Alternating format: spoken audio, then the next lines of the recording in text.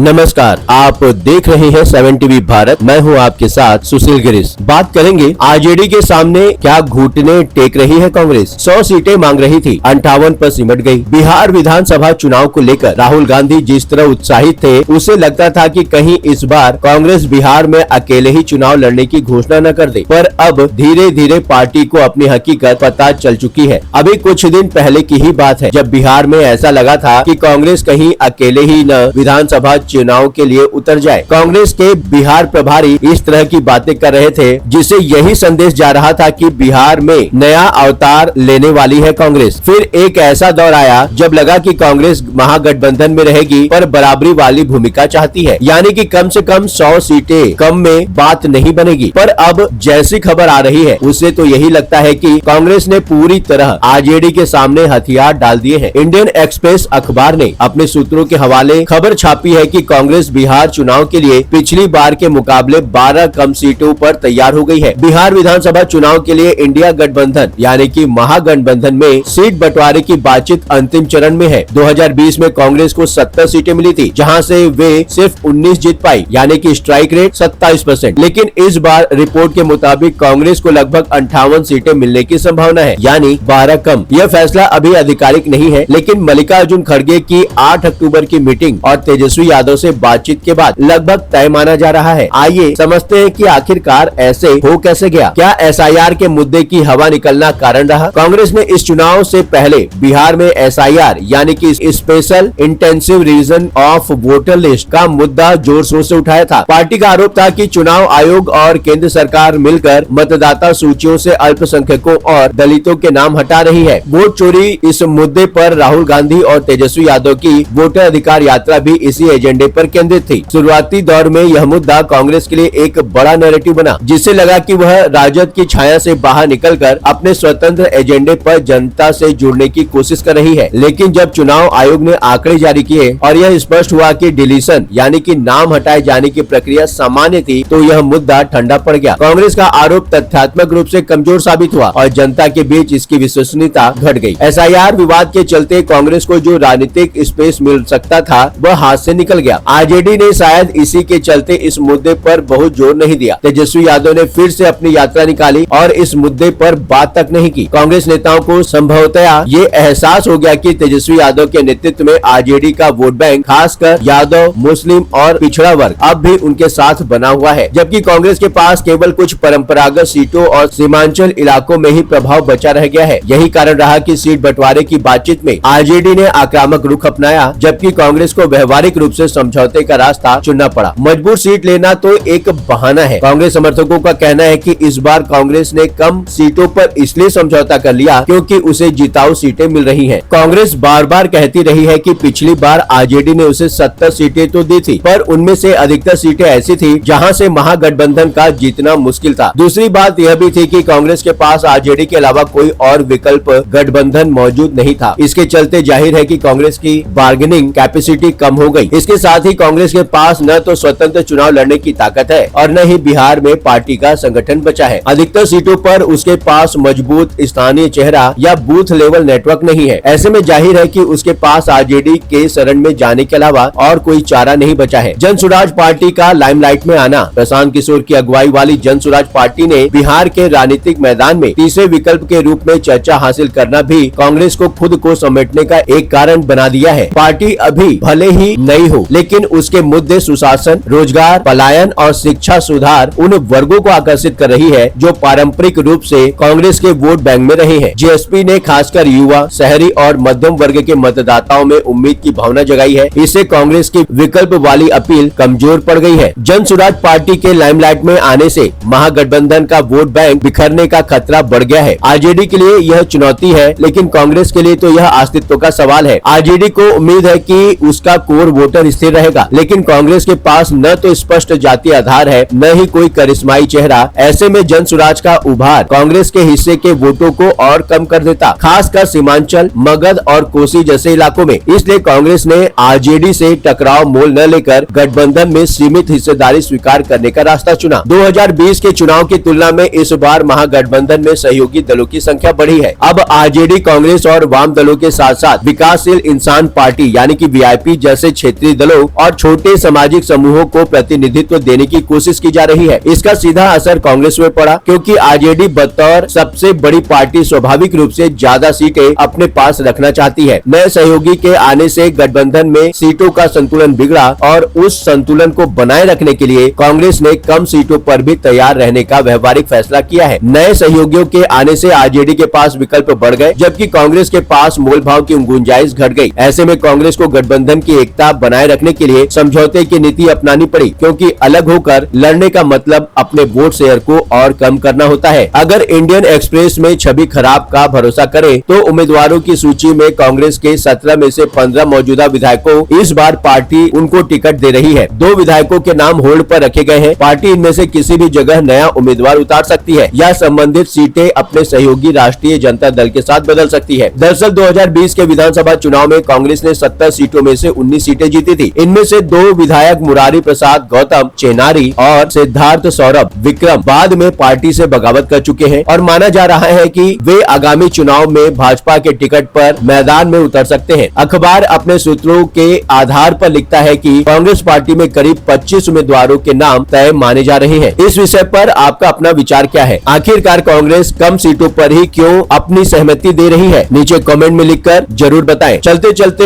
एक बात बताना जरूरी है। यदि आप कोई जरूरी बात हम तक पहुंचाना चाहते हैं, चाहे वह प्रशासन से जुड़ी परेशानी हो, आपके साथ हुआ कोई अन्याय, कोई सामाजिक समस्या या फिर कोई ऐसी बात जिसे समाज के सामने लाना जरूरी है, तो आप बेझिझक स्क्रीन पर दिए गए व्हाट्सएप नंबर 9998323655 पर आप हमसे सिर्फ व्हाट्सएप मैसेज के माध्यम से संपर्क करें। 7 टीवी भारत की टीम आपकी बात को गंभीरता से सुनेगी और जरूरत पड़ी तो पूरी जिम्मेदारी के साथ उसे सबके समक्ष उठाएंगे। आपका विश्वास ही हमारी ताकत है। इस चैनल को सब्सक्राइब करें, वीडियो पसंद आया हो तो वीडियो को लाइक करें। लगातार खबरों के लिए बने रहिए 7 टीवी भारत के साथ।